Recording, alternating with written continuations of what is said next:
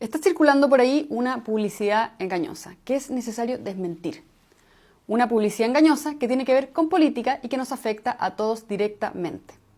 Me refiero al tema de la seguridad y más específicamente a la creación de un nuevo Ministerio de la Seguridad. Ya le voy a explicar con más detalle cuál es la trampa detrás de esto. Lo curioso es que tenemos a una izquierda asumiendo un discurso que jamás en la vida ha tenido y que se contradice totalmente con su pasado. ¿O acaso usted se imaginó alguna vez a Gonzalo Vinter argumentando a favor de la legítima defensa? La policía, cuando alguien lo amenaza con un arma de fuego, tiene todo el derecho y la obligación del mundo de disparar a matar. Pero no solo la policía, sino que todos los habitantes de la República podemos disparar a matar a una persona que nos apunta con un arma de fuego, porque estamos protegidos por el artículo 10 del Código Penal. Mientras tanto, tenemos a una parte importante de la derecha comprándose el cuento de la izquierda de aumentar y aumentar la burocracia sin resolver ningún problema. Porque le cuento, de eso se trata precisamente el Ministerio de la Seguridad, que fue aprobado en la Cámara de Diputados y pasó al Senado con votos de la derecha. Ya vamos a ir con ese tema. Y para más remate, la izquierda, nada de tonta, desligándose magistralmente de su obstruccionismo histórico a medidas claves en seguridad. Escuche, por favor, las declaraciones de Carol Cariola. Y acá nunca ha habido, de parte de un sector político del progresismo, de la izquierda, una obstaculización. Lo que ha habido son perspectivas distintas de discusión. A propósito de estas declaraciones, hagamos un breve recuento de la obstaculización, que ahora niega Cariola, de los principales proyectos pro seguridad que la izquierda radical rechazó en la Cámara de Diputados y que hoy preferiría que quedaran en el olvido. En el contexto del 18 de octubre, el proyecto de ley antisaqueos y antibarricadas, en el tercer trámite constitucional, en la votación final, ¿se acuerda cómo votó el Partido Comunista y el Frente Amplio? En contra. ¿Con los votos de quién? De los honorables Boric, Vinter, Jackson, Orsini e Ibáñez por el Frente Amplio y Gutiérrez, Hertz, Vallejo y Cariola por el Partido Comunista, por nombrar algunos. Lo más insólito de todo no solo fue su votación, sino sus razones, sus justificaciones para boicotear un proyecto de ley clave para contener la violencia desatada durante el mal llamado estallido social. Escuche por favor las acusaciones de la comunista Carmen Hertz aludiendo al supuesto intento criminalizador y de persecución política de este proyecto. Este proyecto hoy lamentablemente tiene un objetivo diferente: criminalizar las manifestaciones creando un régimen penal desproporcionado para castigar a las personas que salen a las calles a protestar contra el gobierno. Lo que no vamos a hacer, insisto, es facilitarle a un gobierno que ha violado los derechos humanos en forma sistemática y generalizada un instrumento de persecución política que le permita querellarse masiva e indiscriminadamente. Misma línea siguió el diputado de Convergencia Social, Diego Ibáñez, aunque un tanto más desconcentrado, a ratos parecía estar divagando. Pero le resumo su intervención. Tildó a carabineros de violadores a los derechos humanos, citando a las tesis, y llamó a la reformación de las policías. Bonus, ponga atención a la reacción de Vinter al final de su intervención. Creo que tipificar un nuevo delito solamente para hacer más fácil el trabajo de las policías es peligroso. La necesidad que han planteado incluso los órganos internacionales de reformar las policías. Bien, establezca una línea de inteligencia policial estratégica junto a las comunidades, no separada de las comunidades, devolviendo la legitimidad a quien se supone que es un amigo en tu camino, pero hoy parece más bien ser un violador en tu camino. Sigamos con el festival de declaraciones. ¿Quiere saber qué dijo el entonces diputado Boric, hoy presidente de la República? Votó en contra, por supuesto, y además reivindicó las barricadas como legítimos mecanismos de protesta social. Si no tenía este video en su radar, guárdelo con candado. Que los casos antes mencionados son ejemplos de legítima protesta social que la historia nos ha enseñado, que es la forma de organización que tiene un pueblo para construir colectivamente su vida digna. Y el diputado y líder de Revolución Democrática, Giorgio Jackson, hoy radicado en España, dando clases sobre políticas para la infancia y juventud, no se quedó atrás. Esta fue parte de su intervención. Que rayar un monumento entre dos personas es igual de grave que tengamos una colusión como la del confort. Pareciera que las penas son un poquito más graves para la gente que hace ruido y se manifiesta para tener dignidad que los delitos que hacen las personas de cuello y corbata. Antes de continuar, voy a hacer una pequeña aclaración sobre los dichos de Jackson, que pueden sonar un poco engañosos y me gustaría despejar cualquier duda al respecto. Lo que está haciendo el diputado, en el fondo, es validar el mito de la violencia estructural. ¿Qué quiero decir con esto? El plantear que las barricadas y saqueos, a los que este proyecto buscaba tipificar como delito, son respuestas a un sistema estructuralmente opresivo. Y por lo tanto, al existir esta supuesta violencia por parte del sistema, la consecuencia natural, obvia y legítima es la violencia defensiva reaccionaria por parte de los manifestantes, es decir, acción y reacción. Pero no nos engañemos, la jugada retórica de Jackson apunta exactamente a lo mismo que la estrategia de Boric al defender la legitimidad de las barricadas. Esto es, validar la violencia como método de acción. Y con ello, eximir de cualquier tipo de responsabilidad a cualquiera que ejerza este tipo de violencia. De ahí la inmunidad y la admiración incluso por la primera línea. Y junto con la validación de la violencia, la estrategia del Partido Comunista y el Frente Amplio se sustentó en la farsa discursiva de las violaciones sistemáticas a los derechos humanos durante el 18 de octubre. Y en eso quiero destacar a Carmen Hertz, quien se llevó el broche de oro al difundir la fake news más viral de los últimos años. Por el Instituto Nacional de Derechos Humanos se confirma que una parte del metro Baquedano está siendo utilizado como centro de detención ilegal y de golpizas y torturas a detenidos. Es gravísimo. Pero no nos quedemos solo con el 18 de octubre. Hay muchísimos otros proyectos de ley sobre seguridad que la izquierda radical vetó. Antes, mucho antes incluso del 18 de octubre, en noviembre de 2018 para ser exactos, parte del Partido Comunista y el Frente Amplio votó en contra de un proyecto icónico en la lucha contra la delincuencia, la ley anti-portonazos. ¿Y sabe qué? En la votación inicial, en el primer trámite constitucional, votaron en contra Boric, Jackson, Orsini, Winter, Giles, cuando el Partido Humanista aún pertenecía al Frente Amplio. ¿Y qué más? En el combate al narcotráfico hay dos proyectos importantísimos que la izquierda radical preferiría que usted olvidara. El primero de ellos, votado en septiembre de 2020, para sancionar penalmente el uso, venta y fabricación de fuegos artificiales. ¿Para qué? Para atrincherar al narco. Y adivine, en el primer trámite constitucional se repitió el libreto con los votos en contra de Boric, Cariola, Ibáñez, Jackson, Orsini, Vallejo y Winter, entre otros. Hubo, sin embargo, una intervención en particular que me llamó la atención. ¿Sabe de quién? De la diputada de Revolución Democrática Maite Orsini. Estas fueron algunas de sus razones para oponerse al proyecto. Si llevamos años, décadas, dedicados y dedicadas a atacar solamente las consecuencias de fenómenos delictivos complejísimos, en vez de enfrentar sus causas. Basta con que los narcotraficantes estén en la cárcel, más aún si van a estar por el uso inapropiado de fuegos artificiales.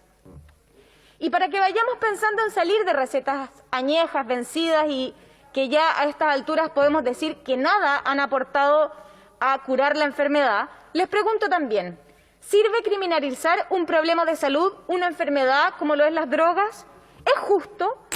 Lo que la diputada Orsini hace es sostener dos supuestos erróneos y tramposos para justificar su votación.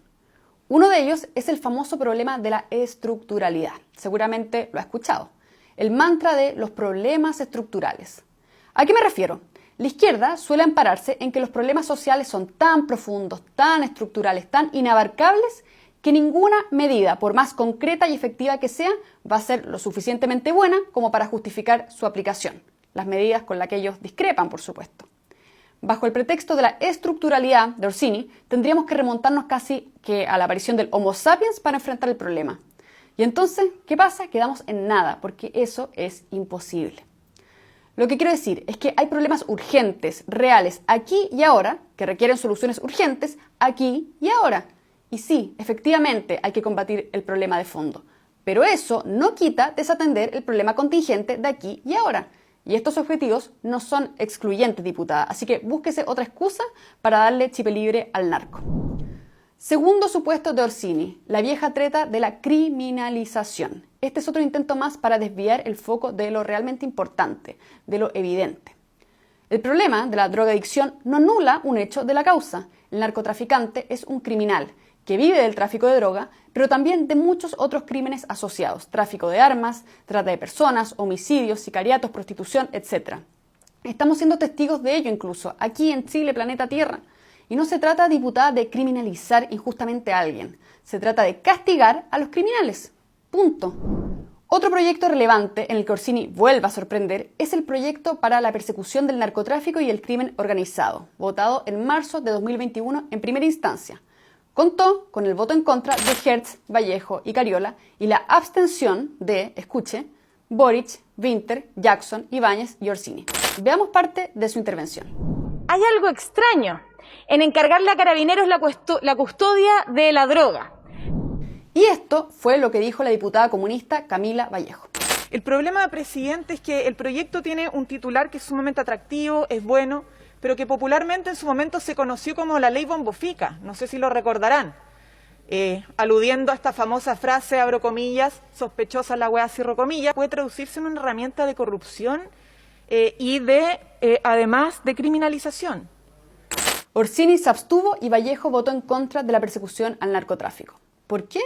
Una de las razones que esgrimieron fueron sus reparos sobre quién incauta y custodia la droga, Carabineros y la PDI. Esa fue al menos la excusa. Orsini incluso insinuó que habría una oscura intencionalidad detrás de esto. Hay algo extraño, dijo. Vallejo, por su parte, sostuvo que podría transformarse en una herramienta de corrupción. Desconfían de las policías, buscan desacreditarlas y además las inculpan para boicotear leyes. Impresentable. Y hablando de policías, ¿se acuerda de la ley Naín Retamal?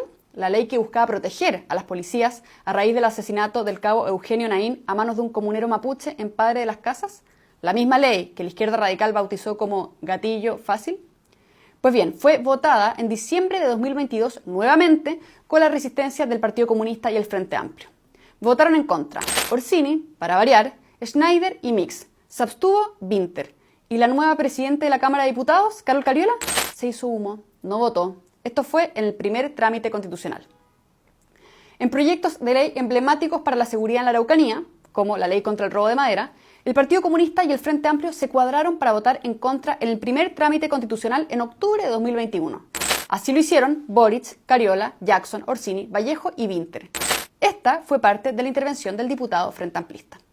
Y creo que la principal razón por qué hemos tramitado este proyecto de forma rápida y eficaz es que ayuda a la industria forestal. Lo que va a hacer esta ley es reforzar el Estado policial en la Araucanía. Lo mismo pasó con la ley Juan Barrios, impulsada tras la muerte de Juan Barrios, camionero víctima de un ataque terrorista en Victoria. Sujetos desconocidos le prendieron fuego a su camión mientras él dormía adentro a un costado de la ruta. El conductor no logró escapar y murió producto de las quemaduras.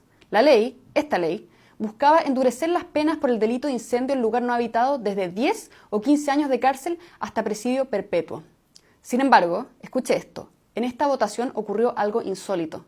Más de 2/3 de los parlamentarios de izquierda y de derecha se ausentaron de la sesión poniendo en jaque al proyecto por no alcanzar el quórum. La primera sesión fue suspendida y vuelta a convocar horas más tarde con la ausencia de 38 diputados, entre ellos Boric, Ibáñez, Jackson, Orsini, Pérez, Tellier, Vallejo y Winter por la izquierda, y Hoffman, Lavín, Chalper, Paulsen, Jürgensen, Flores, Cast, Del Real y Carter por la derecha. Se abstuvieron en esa ocasión Cariola, Hertz, Núñez y Vidal, por mencionar algunos. Por último, pero no menos relevante, el proyecto que buscaba sancionar penalmente el ingreso de objetos prohibidos a recintos penitenciarios. ¿Cómo votó la izquierda radical? En contra, Mix, Orsini y Rojas, con la abstención vergonzosa de Barrera, Boric, Cariola, Crispi, Hertz, Ibáñez, Jackson, Núñez, Tellier, Vallejo, Winter y Pérez. ¿Qué quiero remarcar con todo esto y esta larga lista de votaciones? Que a la izquierda radical no le interesa, no le preocupa la seguridad, ni antes ni ahora. Así lo han demostrado en sus dichos y en los hechos. Y si últimamente han optado por un discurso más ciudadano, más duro, más pro seguridad, créame que es por un asunto meramente circunstancial. Son gobierno, están a cargo de la seguridad y además se vienen elecciones. Nada más. Si no, no se explicaría que súbitamente Winter defendiera la legítima defensa de los ciudadanos con armas, o que Vallejo apoyara el resguardo de las Fuerzas Armadas en seguridad, o el respaldo irrestricto de Boric a Carabineros. Insisto, son expertos en adaptarse a la oportunidad. Y déjeme decirle otra cosa, hay que estar atentos a las publicidades engañosas, sobre todo en la política. La creación del Ministerio de Seguridad Pública es eso, otra vil estafa, una nueva forma de oportunismo avalada por la izquierda, pero también por parte importante de la derecha. Porque, dígame una cosa, ¿qué le hace pensar que la solución para combatir la crisis en seguridad sea precisamente agrandando el Estado, con más ministerios, más organismos, más cargos, más burocracia y más gastos. El Ministerio de Seguridad en cuestión incluiría un gasto de 8.000 millones de pesos al año y la incorporación de 120 nuevos funcionarios. 120 nuevos funcionarios para sumar a la larga lista de burócratas estatales. Estamos hablando de agrandar el Estado, un pésimo administrador por naturaleza, ineficiente y foco de corrupción. Así lo hemos constatado, es cosa de ver los antecedentes previos. Solo para que se haga una idea, el Estado chileno gasta, escuche esto, 5.000 millones de dólares al año por mala gestión, según un informe del Banco Interamericano de Desarrollo. Y las empresas estatales, una vergüenza. Llevan años acumulando pérdidas a costa del bolsillo de todos los chilenos. Codelco, por ejemplo, cerró el 2023 con un déficit de más de 500 millones de dólares. Enami, con pérdidas de 200 millones de dólares. Y TVN sumó más de 2.000 millones de pesos en números rojos. Insisto, quieren agrandar el Estado, la cuna de los pitutos y las contrataciones truchas pagadas por todos nosotros. Fíjese que está en la burocracia que los empleos públicos del Estado están creciendo a una tasa mayor que los empleos privados. En los primeros 20 meses de gobierno de Boric, las ocupaciones en el sector público aumentaron en un 7,2%, la cifra más alta de los últimos 4 gobiernos en relación a ese mismo periodo de tiempo. Esto según un estudio de la Universidad San Sebastián. En las municipalidades, los minifeudos del Estado, la misma historia. Más de la mitad de ellas están siendo investigadas por corrupción. Es más, de hecho, hoy hay más causas judiciales que municipalidades. Y me creerá que el monto total defraudado asciende a 205.000 millones de pesos, es decir, más de 5 teletones según un estudio de la consultora Imaginaction. ¿Comprenderá la magnitud de todo esto? Otro dato que me indigna. Fíjese que las municipalidades podrían entregar el mismo nivel de servicios con un 61% menos de recursos, según un estudio publicado por Applied Economics, en el que se analizaron 324 municipalidades durante una década, entre 2008 y 2018. ¿Y en qué se va toda esa plata? En despilfarro, usted sabe. Pitutos, cargos inventados, horas extras fraudulentas, programas inútiles e incluso se la roban. ¿Cómo no va a dar rabia? ¿Cómo no vamos a desconfiar? El caso Fundaciones, sin ir más lejos, 53 fundaciones investigadas por la Fiscalía por transferencias truchas desde gobiernos regionales y otras reparticiones del gobierno central. ¿Sabe de cuánta plata estamos hablando? Más de 32.000 millones de pesos según la última actualización, podrían ser más. Entonces, teniendo todos estos antecedentes a la mano, ¿en serio vamos a confiar en que la respuesta a la crisis de seguridad que estamos viviendo sea agrandar, acrecentar el poder, la burocracia del Estado? El mismo sujeto con todo el prontuario que le acabo de contar. ¿En serio vamos a permitir que el Estado se fraccione y se multiplique por todos y cada uno de sus fracasos en las más diversas materias? Hoy día, bajo el pretexto de la seguridad, mañana en educación, transporte, economía, salud, quién sabe. Es una locura. Se lo voy a resumir en una frase para que quede claro. El Ministerio de Seguridad Pública es una completa pérdida de tiempo y de plata, por más que los políticos intenten convencerlo de lo contrario y de seducirlo con su publicidad engañosa.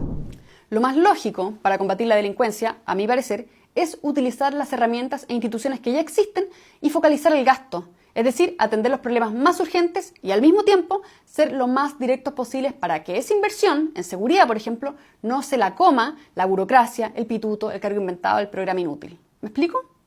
Y lo otro es replicar estrategias exitosas en otros lugares del mundo. Nueva York, por ejemplo, la ciudad más poblada de Estados Unidos, pasó de ser foco de tiroteos y asaltos a una de las ciudades más seguras. En 2017 registró 290 homicidios, la cifra más baja desde 1951, cuando comenzó a llevar registros comparables. Algo impensado en ese entonces. ¿Y cómo lo hizo? No con un ministerio de seguridad, claramente, pero sí con 4 medidas claves. Primero, más policías. Entre 1990 y el 2000, Nueva York aumentó la cantidad de policías en un 35%.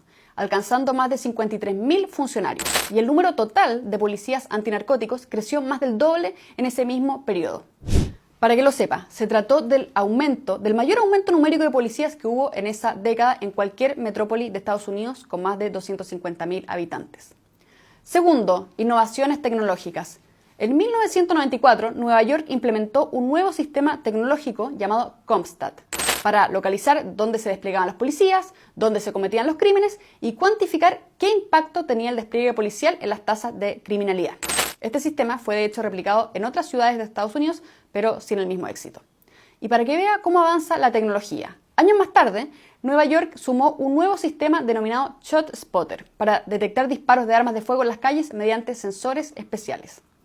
Hace unos meses, en febrero de 2024, el Ministerio del Interior de Uruguay compró este mismo software. Quizás sería bueno analizar su implementación en Chile. Le dejamos el dato a la ministra Toá.